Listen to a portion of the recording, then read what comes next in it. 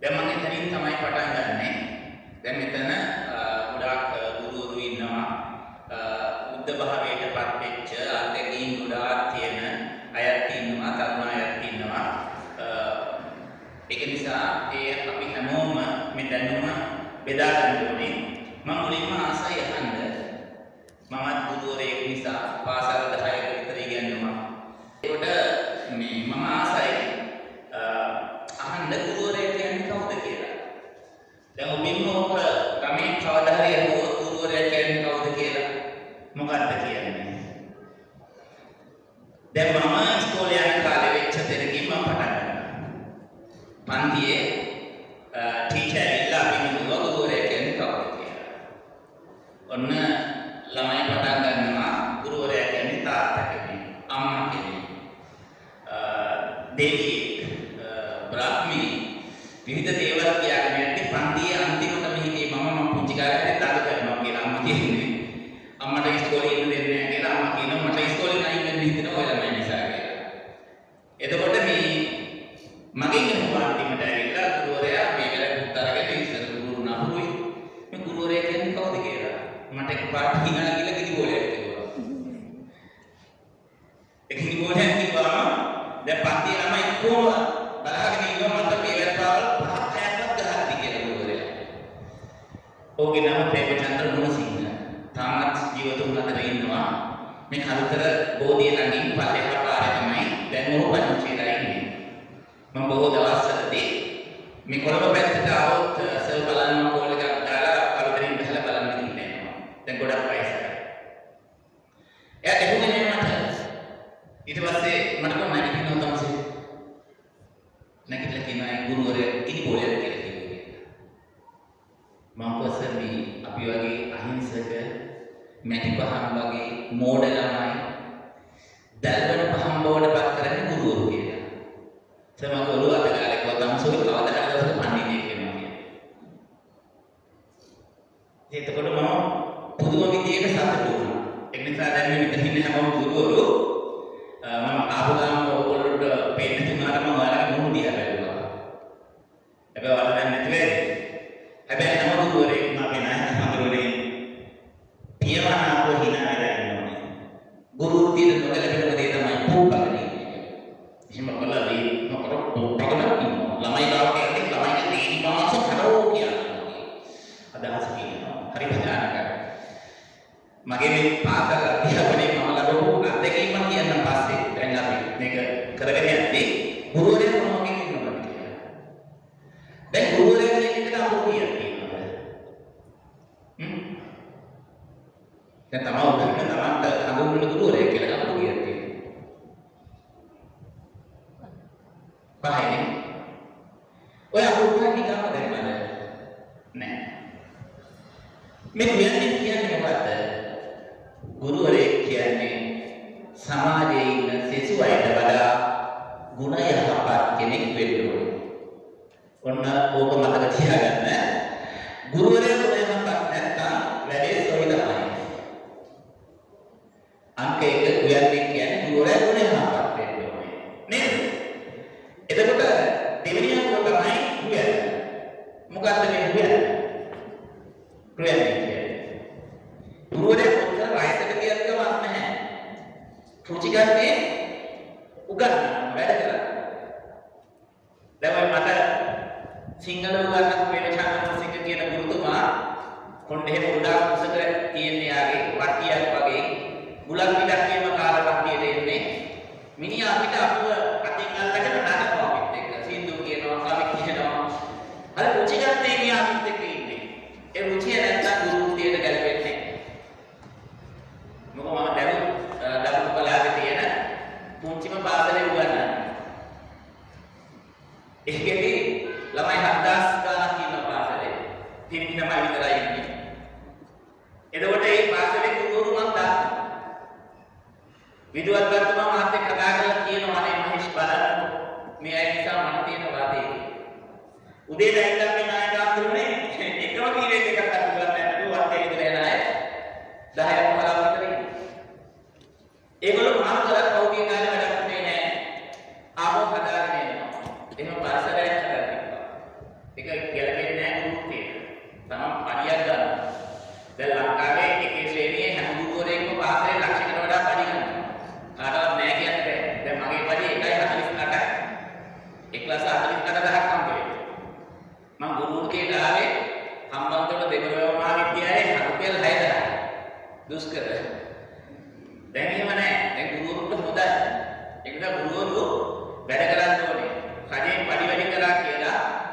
මම දැක්කේ නෑ ගුරුවරු වැඩියෙන් වැඩ කරනවා.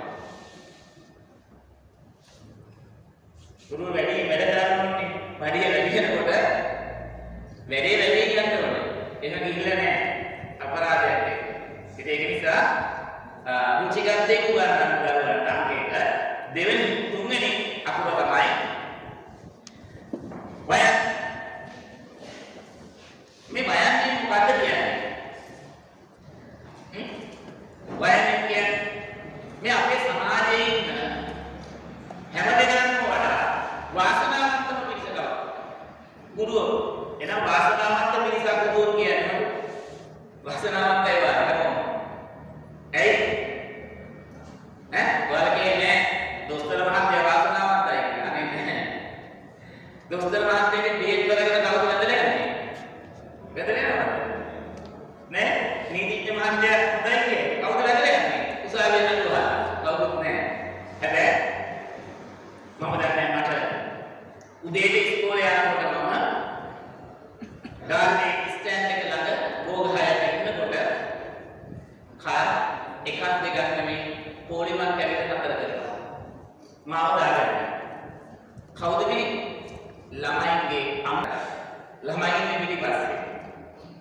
අනිත් සයිඩ් නගින්න අපි වහන්න. දැන් මට හරි අවුල් දැන් දෙකක් එකපාරට නැත්නම් කොයි එකකින් නගින්න තරහ වෙනවා. ඒ තරම් ගුරුවරුන්ට සලකනවා. ඒක නිසා වාසනාවන්තම පිරිස තමයි ගුරුවරු. හැබැයි මතක තියාගන්න වයන්නේ තවත් කාරණාවක් කියනවා. ගුරුවරු වරදෙන්න දෙන්න එපා.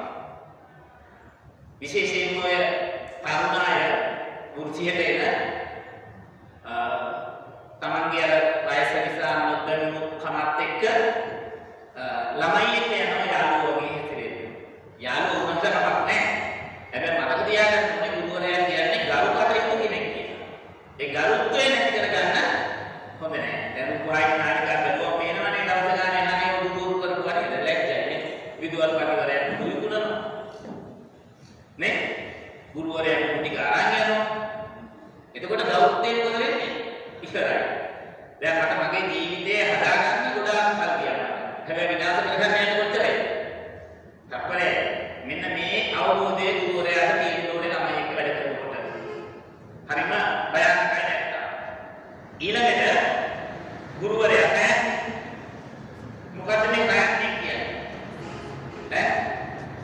ගුරුවරයාට තියෙන්න ඕනේ සමාජේ කාටවත් නැති රසමනසක්. වින්දනාත්මක ජීවිතයක් තියෙන්න. අර ගුරුවරු පුප්පාගෙන නයි වගේ හැටිනිය වගේ එහෙම නම් ඉන්න එපා පුප්පා. එනිකන් කවුරුත් රුචි කරන්නේ ගුරුවරයා. ඔබ හිතාගන්න එපා ළමයිට. ළමයි අපිත් එක්ක කියන ගොඩාක් දේවල් උගන්වන්න කියනවා. සමහර ගුරුවරු උගන්වන්න ගිහිල්ලා සටහන් කියවනවා පන්ති ඇතුලේ. කියවද්දි ළමයි ලියන්නේ නැහැ. ලියන්නේ නැතුව අපට කියනවා අනේ සර් අර පාඩමට සූදානම් වෙලා නැතුව ඇවිල්ලා අපට සටහන් කියවනවා. එන්නා ළමයි කැමති නැහැ. ඒ නිසා රුචිකත්වයෙන් වැඩ කරන්න. ඊළඟට ගුරුවරයා කියලා කියනකොට අවසාන අකුර තමයි යය. මොකද මේ යය කියන්නේ? දැන් මෙතන විවිධ වයස් වෙලා ඉන්නේ. යය කියන්නේ මොකද? යය කියන්නේ ගුරුවරයා යාව ජීව අධ්‍යාපනයේ දෙන කෙනෙක් වෙන්න ඕනේ. අධ්‍යාපනය අතහරින්න ඕනේ. අධ්‍යාපනය ඇතුළේ අපරාධයක්. දැන් ඒක ආදර්ශයට ගන්නකො මේ මාව මම මුලින්ම කැලේ විශ්වවිද්‍යාලයේ සහකාර කතිකාචාර්යවරයෙක් විදිහට වැඩ කළා. නමුත් එතන හිටපු අපේ අංශ ප්‍රධාන කෙනා මම එක්තරා දේශපාලන කණ්ඩායමකට වැඩ කළා කියලා ඔව් මාව ස්ථිර කරේ නෑ. මම විශ්වවිද්‍යාලෙට ගිහින් දැම්මා. ඒ පස්සේ මම කල්පනා කළා මම මේකට කොහොම හරි එන්න ඕනේ. එන්න නම් ඉගෙන ගන්න. ඊට පස්සේ මම කරේ එන්නේ උපාධියක් කළා. ඕකල දැන් මම ගුරු වෘත්තියට ගියා. ගුරු වෘත්තියට ගියාට පස්සේ ගුරු වෘත්තියේ ශ්‍රේණි සර් කරගන්න ඕනේ BEd උපාධියක් කළා. ඊට පස්සේ මම කල්පනා කරා දැන් මට ඊගාවට යන්න PhD එකක් කරන්න, PhD එක කරන්න MPhil එකක් කරා. MPhil එක කරලා PhD එක කරා. දැන් මම හිතන්නේ විශ්වවිද්‍යාලයේ තින්නේ උපාධි තුනක් ගැන මහාචාර්යවරු. දැන් මට පහක් තියෙනවා. හැබැයි තාම මම ආචාර්යයි. ළඟදී ඉතින් කවදා හරි තැනක කැරදුනොත් අරකට ඉක්මනට මට හම්බ වෙයි. මේ ඒක මම ලබාපු ජයග්‍රහණයක්. මම ළමයින්ට දෙයක් කියන හැමදාම මම ඕගොල්ලන්ටත් කියන වැඩේ කරගන්න. පුතේ ගොඩක් මේ අය සමාජයේ තව කෙනෙකුට කපන්නේ ඉරිසියා කරන්නේ තමන් අඩු වුණා. ඕගොල්ලෝ ඒක හොඳට ඉගෙන ගන්න. හොඳට ඉගෙන ගත්තා ඔයාලට කවදාවත් අනිත් එක්කෙනාට ඉරිසියා කරන්න දෙන්නේ නැහැ. ඔයාගේ ඇඟේ ඉරිසියාවට ගන්නේ ඔයා කුසලතාවලින් අඩු කෙනෙක් වුණා. ඒක නිසා අද අපි අපේ දේශනාවේදී ඔන්න ඔය ටික හදාගන්න ඕනේ. ඔය ටික හදාගන්න ඕනේ අපි යන්න. කවුරු ඉස්සරහටද? ළමයි ඉස්සරහට. එහෙනම් දැන් ගුරුවරයා කියන්නේ කවුද කියලා දැනගත්තා නේද? ගුරුවරයා කියන අර්ථය බර. ගුරුවරයා කියන්නේ බරයි. කාට වඩාද? ඒක ඉස්සර පෙරෝ කිලෝ ගන්නද? ඒක නෙවෙයි මම කියන්නේ. ගුරුවරයා කියන්නේ සමාජයේ ඉන්න සිසු අයට වඩා දැනුමෙන්, බුද්ධියෙන්, ආචරණයෙන්, පැවැත්මෙන් අනිත් අයට වඩා වැඩි බරක් දියන්න පුළුවන් කෙනා තමයි ගුරුවරයා. තමන් ළඟට ශිෂ්‍යයේ ගුණ මන බෙලි සමන්විත යහපත් පුරවැසියෙක් කරන්න තමන්ගේ ඥානය, තමන්ගේ බුද්ධිය කැප කරන කෙනා, මැදිහත් කරන කෙනා තමයි ගුරුවරයා බවට පත් වෙන්නේ. දැන් එතකොට ඇරිස්ටෝටල් පරිවර්තනය කියනවා මෙහෙම. එකම විදියට එකම පිරිසකට උගන්වන කෙනා ගුරුවරයෙක් වගේ. ගුරුවරයා වනාහි කිසියම් දරුවෙකුගේ ජීවන මඟ වෙනස් කරන්නේ. අන්න ඒ තමයි කවුද? ගුරුවරයා. එහෙම නැතුව නිකන් ගිහිල්ලා රටහනක් කියවලා ඔබ හිතන්න එපා ඔබට ළමයි ආදරය කරනවා කියලා. කවදාවත් වෙන්නේ. ළමයි ආදරය කරන්නේ සමහර පාසල්වල මට හමු වෙලා තියෙන මෝඩ විදුහල්පතිවරු බලන්න. එහෙම ඉන්නවා. මෝඩ විදුහල්පති වයසට ගිහිල්ලා එනවා. මම ඒ වගේ උගන්වන්නකින් එක්තරා පාසලක මගේ උසස් පෙළ පත්තේ ලිපියේ උසස් පෙළ සිංහල කියලා. පත්තේ ලිපිවල ගුරුතුමෝ ගහලා කියනවා. මම මේ පාසලට මම ආවේ උසස් පෙළට උගන්වන්න. කියලා මම තියා බලලා කියන එහෙම නෑ. ඔයා මට ඕන දේ කරන්න. මට ඉනහිල්ලේ කිව්වද සර් මට කිව්ව ටොයිලට් එකක් හොදන්න කියලා. මම ඒක කරන්න නෙමෙයි මං ආවේ. ඒකට තමයි සනීප ආරක්ෂක සේවකයෝ දාලා දෙන්නේ පාසලට. මෙයා වටේ ගිහිල්ලා කල්පනා කරලා ඇවිල්ලා මට කාලසටහනක් ගෙවුවා. 6-7-8 පන්ති. මම බෑග් එක ගෙනියන්නේ. මං ගිහිල්ලා ළමයිත් එක්ක අපි උදේ ඉගෙනුවා. උගන්වනකොට මේ පාසල ඉතාම හොඳ පාසලක් නිසා ඒ පාසලේ ආදි ශිෂ්‍ය ළමයින්ට ආරංචි වුණා. මෙහෙම ගුරුවරයෙක් ඉන්නවා. මෙයා මේ D&D ගුරුත් තියෙනවා. මෙයා නිකන් නැතුව නිකම්ම අර පහින් උපාධිය කරපෙන්න දීලා උගන්වනවා කියලා. මතයක් ආවා. මම සද්ද නැතුව හිටියා. ආසංගමේ ලේකම් ආවම හම්බේ. මම වෙයිසර්ට දුන්නේ නැත් ඒක මම කොහොමද ගහන්නේ බවුවා. සතියක් යනකොට මොකද උනේ බලන්න හොඳ දේ. අර විදුහල්පතිවරයා පාසලේ මානවා. එයා තාක්ෂණික වැඩ බලන කෙනෙක්. ඊට පස්සේ පාසලට ආවා පරිපාලන සේවයේ එක ශ්‍රේණියේ ඉතාම වැදගත් මහත්තයෙක්. ආවම ඔව් අර පාසලේ තියෙන සියලුම ගුරුවරුන්ගේ ෆයිල් චෙක් කළා. හොඳ විදුහල්පතිවරු වෙන් කරන්න ඕනේ. කරාට පස්සේ අර ෆයිල් එක දැක්කාම ඊළඟ සුසුකම් තියෙන ගුරුවරුන්ට එයා පත්තේ පිටු වෙනම බාර දුන්නා. ඒ අනුව මට ඒ අංශේ වැඩ කරන්න දුන්නා උසස් පෙළ පන්ති බාර. ඒක නිසා හැම තැනකදීම ඒ අඩු කෙනෙක් ආවොත් අපිට අලාභ වෙන්න පුළුවන්. හැබැයි ඒකෙදී ළමයින්ගෙන් පරිගණනයක් එපා. ළමයින්ගෙන් පරිගණනයක් මොකද වෙන්නේ? අපරාධයක්. ඔබට දෙන දේ ඔබ කරන්න කවදා හරි දවසක සුබලදාන ඔබට උදව් කරයි. මට උනේ එහෙමයි. ඒක නිසා මම හැම දරුවෙකුටම ආදරේ උගන්වනවා. ඊළඟට ළමයි බෙදන්න යන්න එපා. ඊළඟට අපි කතා කරන්නේ ගුරුවරුන්ගේ ආකල්ප ගැන. දැන් ගුරුවරුන්ගේ ආකල්ප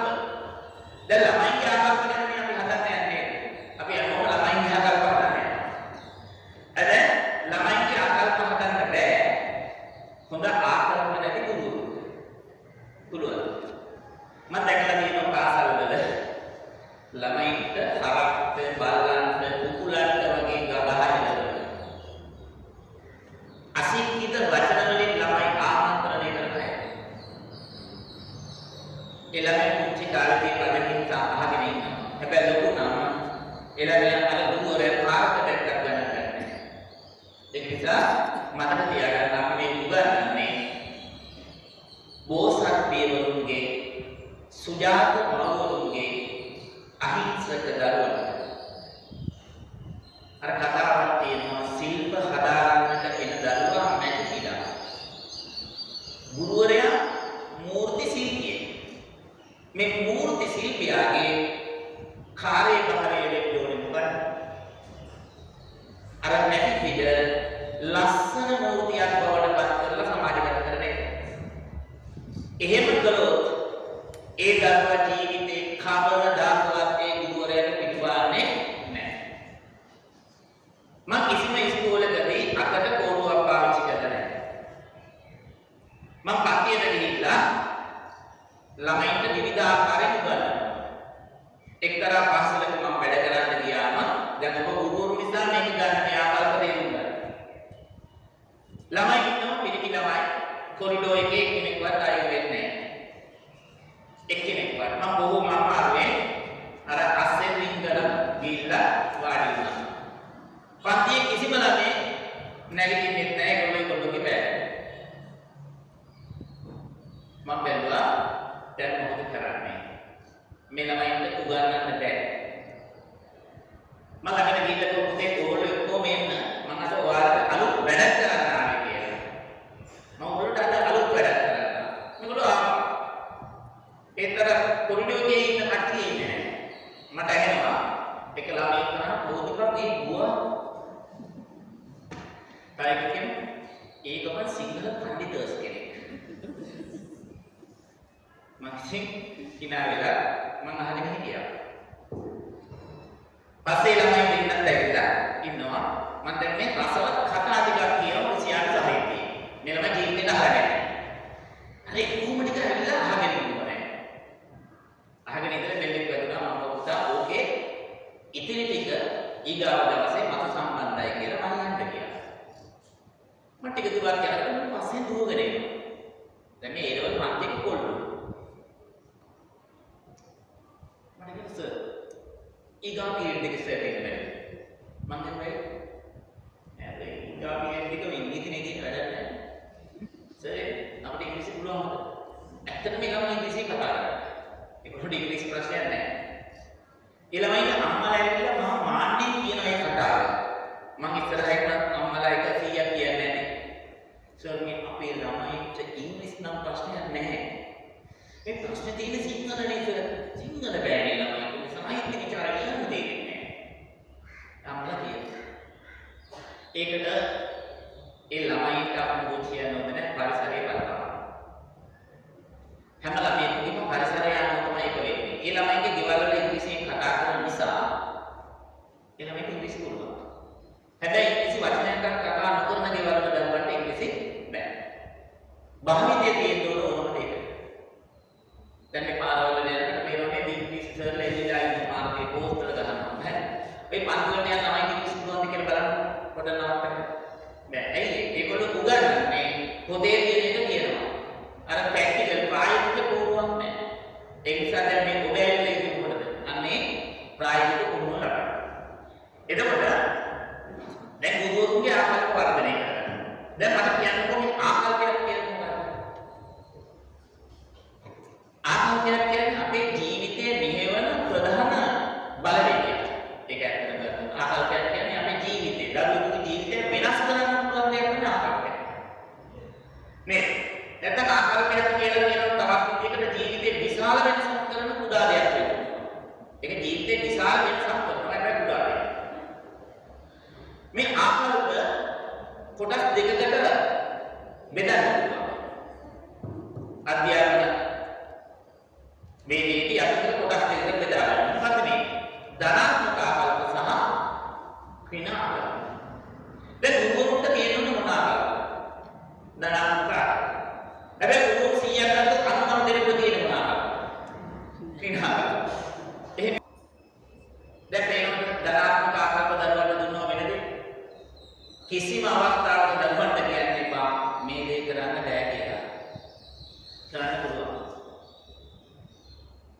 එහෙම තමයි වෙන්න ඕනේ. හැබැයි බෑ කියලා මයින්ඩ් එක හැදුවොත් බෑම තමයි. අපි හැම ජීවිතේ කවදාවත් මට කියලා නෑ වට මේක කරන්න බෑ කියලා. එයාලා මම මේක කරනවා කියලා. ඒ විශ්වාසය හදන්න. මෙතන අධ්‍යක්ෂකයන් බහුල ගුරුවරු ගොඩක් ඉන්නවනේ ඒගොල්ලෝ කරන්න පුළුවන්. තරුණ අය මේකෙන් පාඩමක් ඉගෙන ගන්න. අනේ මාත් මේක කරනවා කියලා. හැබැයි මේ තරුණ අයට මම පොඩි පණිවිඩයක් දෙනවා. මේ දාපකාසනේ ඉගෙනුවට කමක් නැහැ. තමන් රසාවක් කරත් කමක් නැහැ. හැබැයි ජීවිතේ ඉගෙන ගැනීම අතහරින්න එපා. තව දුරට ඉගෙන ගන්න. ඉගෙනීම අතහරින්න එපා. සමහර කට්ටිය කියනවා අනේ දැන් මට වයසයි. වයසයි කියලා. මම කිරිබත්ගොඩ කරපු එක බාහිර උපාධි පන්තියකට ආවා. ඔබ විශ්වාස කරයි අවුරුදු 69ක අම්මා කෙනෙක්. එයා මල්ලක කරගෙන ඇවිත් අර ළමයි කොටේ වාඩිලා උපාධි පන්තියක් මේ. දවසක් මම කිව්වා මේ අයියා මේකෙන් මෙහෙම මේ කරන්නේ නෑ මහත්තයා මට ඒ කාලෙම උපාධිය කරගන්න බැරි වුණා. මම දැන් කරනවා. එයා කොහොමද උපාධිය කරගන්නේ? මේ අම්මා එන්නේ එක දුක් කරනවා. පශ්චාත්තාපයි. අවුරුදු 70 ගාන. ධනාත්මකද නැද්ද? ඈ? ධනාත්මකයි. ඇයි ඒ? දැන් සමහර කට්ටිය ඉන්නවා අපි හිත මැරෙනවා කියලා හිතන්නේ නැහැ. කොහොමද? හැබැයි හිත මැරෙන්නේ නැහැ. අපරාධ. නේ? සමහර අය ඉන්නවා මේ ජීවත් වීම සඳහා ආහාරගත ජීවත් වීම සඳහා. සමහර කට්ටිය ඉන්න නැහැ. එහෙම බෑ. මම කන්න දිනවා. ඒක නිසා ඉගෙනීම අත්හැරින්න එපා. ඉගෙනීම අත්හැරියොත් අපරාධයක් වෙනවා. ඒක නිසා මේ හැම ගුරුවරයෙකුටම මේ ධනාත්මක ආකල්ප වර්ධනය කරගන්න එක වටිනවා. ඕනෑම ගුරුවරයෙක් ඕනෑම පුද්ගලයෙකුට මේ ධනාත්මක ආකල්ප ගොඩනගා ගැනීමට බලපාන මූලික සාධක කීපයක් තියෙනවා. පළවෙනි එක තමයි අදහස්. දැන් තමන්ගේ එකිනෙකාගේ අදහස් සමානයිද? දැන් මෙතන ඉන්න හැමෝටම අදහස් සමානයි? හපෝනේ. නේ? සමාන වෙන්න බෑ. මේ අදහස් විසමයි. විසම නිසා එක එක්කෙනාගේ ආකල්ප වෙනස් වෙනවා. දැන් ඔන්න කවුරු හරි අම්මා කෙනෙක් පොඩි එකෙකුගේ ඔළුවට ගන්න පුතේ. ඒක ගන්නක් නැහැ. හැබැයි තරුණ ගුරුවරයෙක් අත ගන්න. ඒක දැන් ගන්න අපේ කට්ටිය වුණා. කෙලින්ම වීඩියෝ කරගන්නවා. ඊට පස්සේ කැලෑ පත්තර ගහනවා මුලින්. පස්සේ ජාතික පත්තර වලට දැන් රූපවාහිනිය තමයි කරන්නේ. අදහස් විදේශ මාධ්‍යමේ. මේ ධනාත්මක අදහස්. ඊගාවට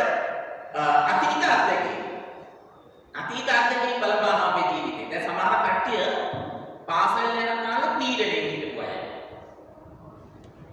සමහර කට්ටිය ඒ ලෙවල් පන්තිය දක්වා ප්‍රේම සම්බන්ධතාවක් කරලා නැහැ. විශ්වවිද්‍යාලෙදී කරලා නැහැ. දැන් ඇලියස් ගොඩායි.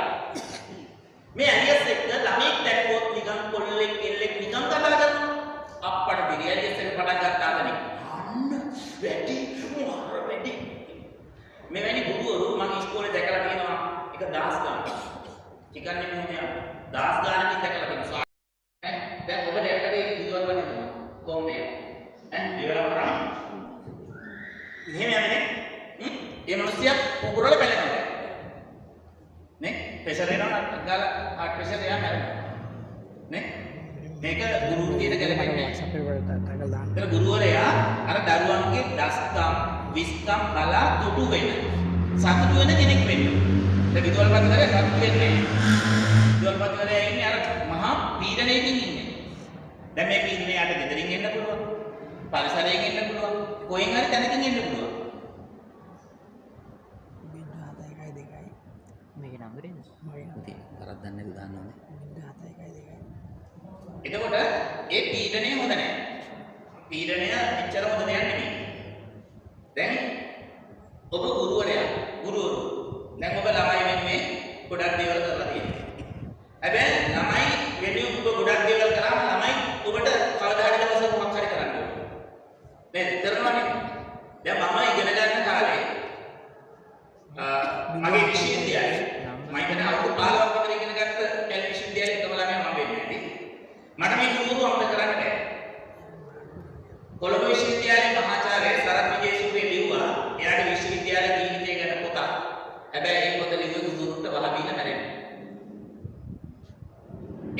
ගිය කෙනෙක් තමයි මහාචාර්ය හේමපාල විජේවර්ධන මහත්මයා. ඒ පොත කියවලා දුක් වෙලා මැරුණා. නොමරි ජීවත් වෙන එක්කෙනා තමයි මහාචාර්ය ජේ.පී. දිසානායක මහත්මයා. ඒ පොත කියවලා නොමරි ඉන්න එක්කෙනා. තව ඉන්නවා කට්ටිය. මට හිතුණා නම කියන්න. මෙහා මේ ගුරුවරුගේ පෝෂණය වෙලා විතර ඉගෙනගෙන මේ ගුරුවරුන්ට මේ විදිහට අසික්කිත විදිහට ගහලා ලියලා මම කැලණි විශ්වවිද්‍යාලයේ ගුරුවරු මට උගන්වපු කට්ටියට වෙන විදිහට ලියන්න ඕන කියලා ලිව්වා. මෙන්න පොත. අමරණීය ගුරුවරයා. මේ පොතේ මම ලියනවා ලංකාවේ අනිත් සියලුම විශ්වවිද්‍යාලවල ඉන්න ආචාර්යවරු මහාචාර්යවරුන්ට අඬන්න මේ පොතම. පෙරදින විශ්වවිද්‍යාලයේ සිංහල අධ්‍යයන අංශයේ ජ්‍යෙෂ්ඨ මහාචාර්ය සාලී කුලරත්න මහත්මයා මේ පොත කියවලා මට කතා කරලා කියනවා මහේෂ් මහට ඇඬුණා කියලා. මම ඒවයිස මම උගන්වපු අය ඉන්නවා එක්ක මේ සිංහල අංශයේ මහාචාර්යවරු 10ක් විතර. මම දැක්කම මූණ ඇඹුල් කරගෙන නැගිටලා යනවා කිව්වා. ගුරු ගුණ නැහැ කිව්වා. මතක තියාගන්න අපි අද මේ විදියට ඉන්නේ කවුරු නිසාද? ගුරුවරු නිසා. ඒ ගුරුවරුන්ගේ අපි ලබා ප්‍රභාව කියන්න ඕනේ. මේ පොතේ මම ලියපු කැලණි විශ්වවිද්‍යාලයේ මහාචාර්යවරු අද මට පින් දෙනවා. ඒගොල්ලෝ කියනවා පුතේ ඔයාලට මේ තරම් පිටින්බර පොතක් වෙන කිසි කෙනෙක් කියන්නේ නැහැ. එහෙනම් මතක තියාගන්න දරුවන් උගන්වන්න මේ කුසලතාව. දැන් අද වෙලා තියෙනවා. අපේ ගුරුවරුතියේ ඉන්න මම අනිත් අය දන්නේ සිංහල උගන්වන අය. වාක්‍ය 10ක් හරියට ලියාගන්න බැහැ නිවැරදිව දරුවන්ට කියනවා බල හරියට ලියපන් කියලා.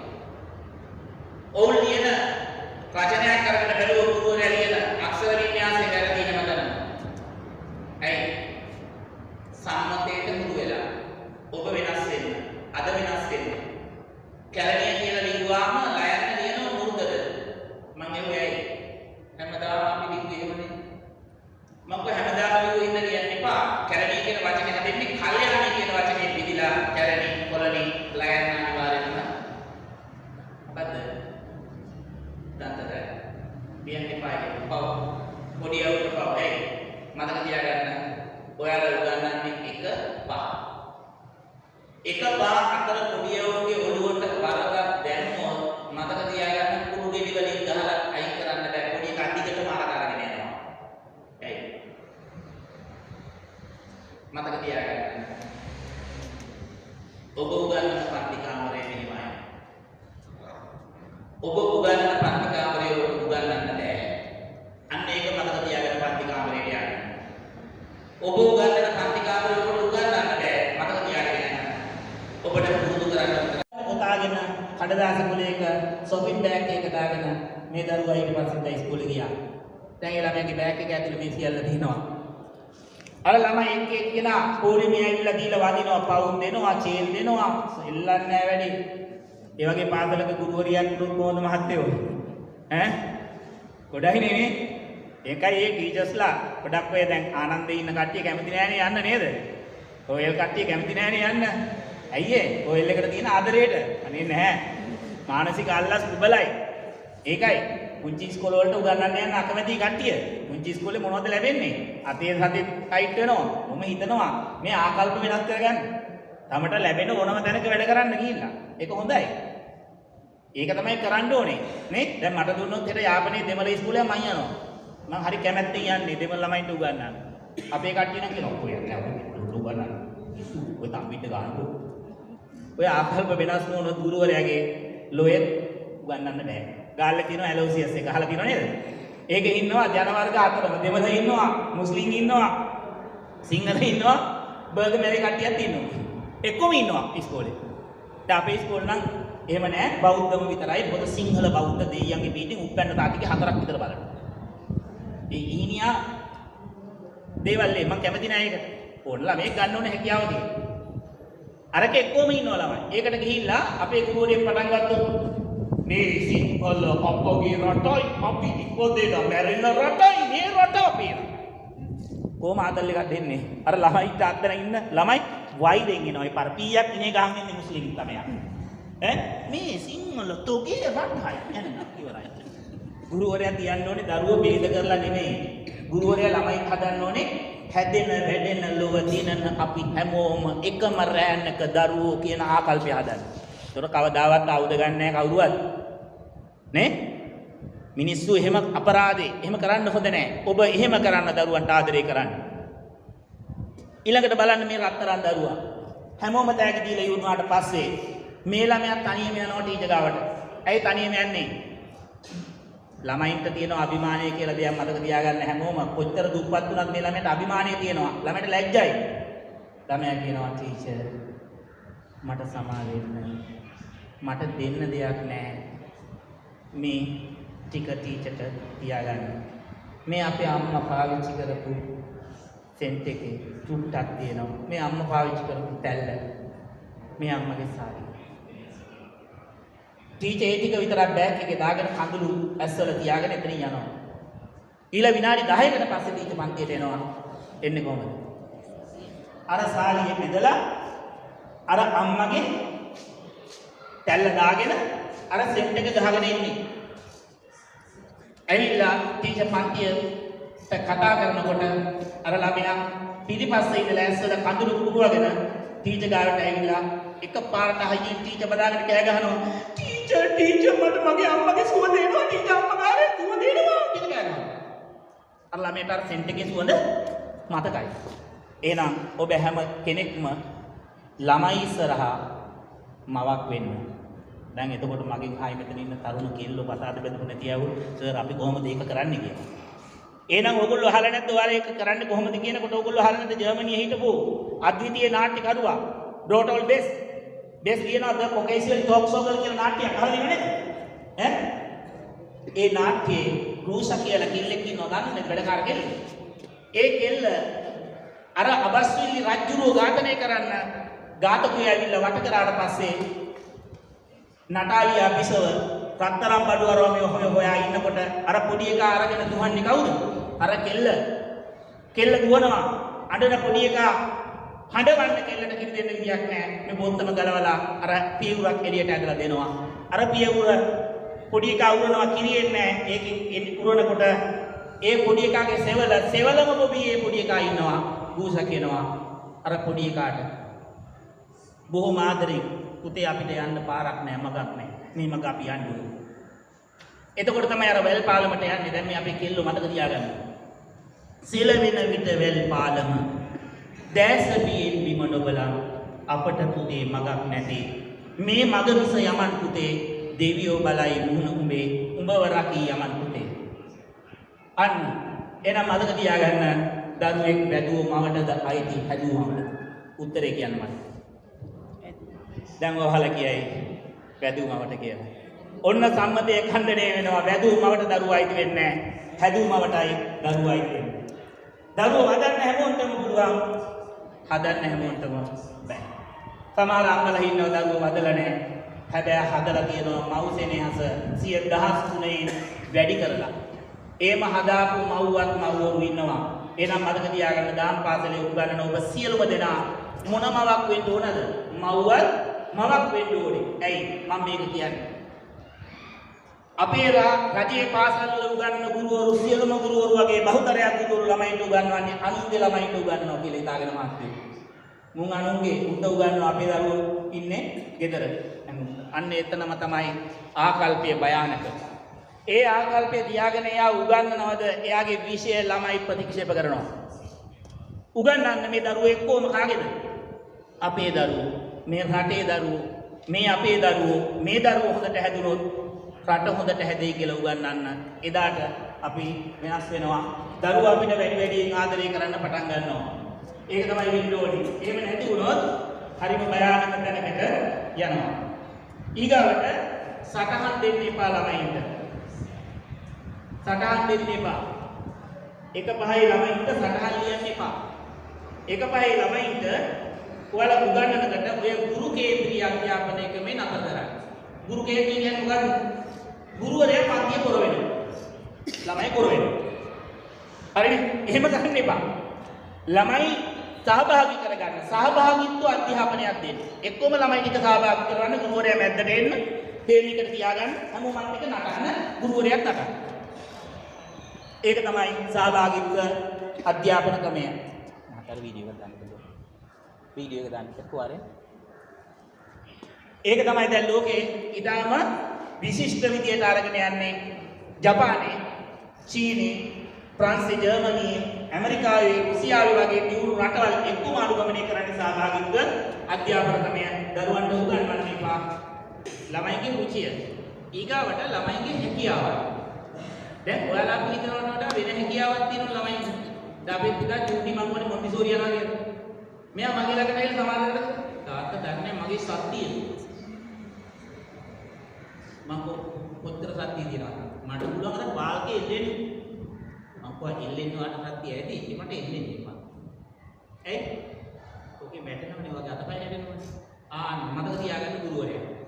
පොඩි අය ඔය වගේ දේවල් කියනවා. ඒක පොඩි එකාට කිව්වොත් ඔයාලා එල්ලලා පෙන්නන්න බලන්න. ඔයාලා නැති වෙලාවට අර පොඩි එකා මොකද වෙන්නේ? එල්ලෙනවා, එල්ලලා මැරෙනවා.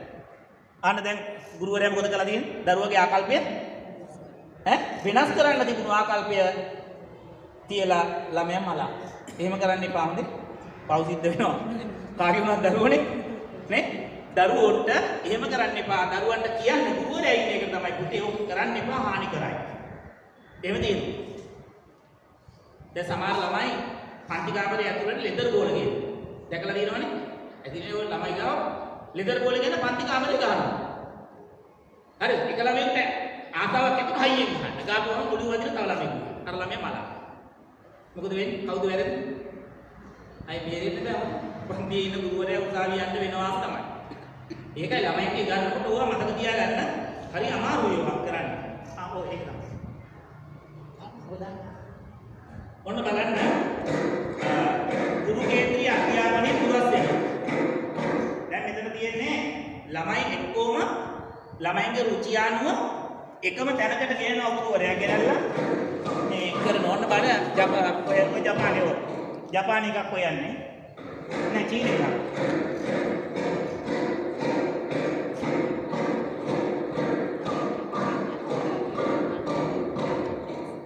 දැන් මේ ටීචර්ලා කියන්නකෝ දැන් බෝල දෙකක් ඔය. දැන් මේ ටීචර් කෙනෙක්ට පුළුවන් ද බෝල දෙක කොහොම ගහන්න? පුළුවන්ද? වාට පුළුවන්ද? අත අම්මනේ පුළුවන්ද? පුළුවන්ද බැරිද? මං අහන්නේ. වාට පුළුවන්ද? දැන් නේද? එහෙනම් මොකද්ද මේ කරලා තියෙන්නේ? මේ ළමයින්ට පුරුදු කරලා තියෙන ක්‍රීඩාමය අධ්‍යාපනය මේක තියෙන්නේ. ඔය බෝල දෙක කොහොම ගහනවා විතරක් නෙමෙයි ඔය බෝල දෙක බලන් ඉන්න හොඳට බෝල දෙක මාරු කරනවා. ඒ කියන්නේ එකක් අරයට ගහනවා මෙහෙම ගහන බෝල දෙක වටේ යනවා. අර බලන්න. ඔය හොඳට බලන් ඉන්න එක. ඔය බෝල ටික වටේ යනවා. හැබැයි එක බෝලයක්වත් වැටෙන්නේ නැහැ. ඔව් ඒක ඕකට තමයි කියන්නේ දරුවෝ සහභාගීත්ව අධ්‍යාපනයකට යොමු කරගන්නවා. ඔන්න මතක තියාගන්න මොකද්ද? සහභාගීත්වයේ දරුවෝ සහභාගීත්ව කරගෙන තමයි එකේ ඉඳන් පහ වෙනකම් උගන්වන්න ඕනේ. එහෙම නැතුව හීන ලෝක වලට යන්න එපා ගුරුවරයා. හරි. හරි නේද? දැන් ඔය අවස්ථා අපේ දරුවන්ට බොහෝ අඩුයි. බොහෝ අඩුයි අවස්ථා අපේ දරුවන්ට. ලොකු පාසල් වල තියෙනවා. කුංචි පාසල් වල ඇත්තෙම නැහැ.